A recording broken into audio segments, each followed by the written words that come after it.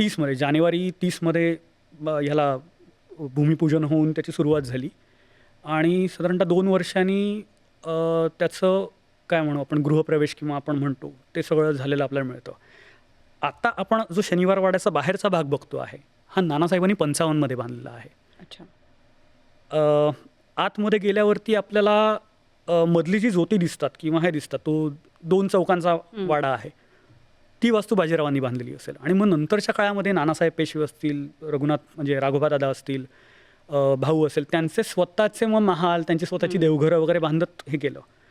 आणि हे सगळं असताना वाडा बांधल्यानंतर किंवा हे केल्यानंतर बाजीरावांनी बाजूला म्हणजे आत्ता जशी तटबंदी आहे तशी बांधायला घेतली होती, पण साताऱ्यावरनं पत्र आलं की गडी नाही बांधायची.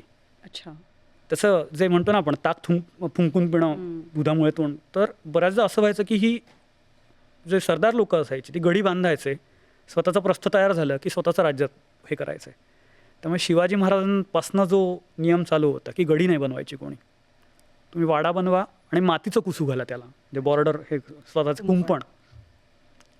बाजीरावांनी मग ते काम थांबवलं आणि मग बाजूला जे हे आहे कुंपण म्हणा किंवा जी एरिया मार्क करावा लागतो ते माती आणि लहान दगडांनी असेल. जी भक्कम भिंत किंवा किल्ल्यासारखी आहे ती 55मध्ये बांधलेली आहे.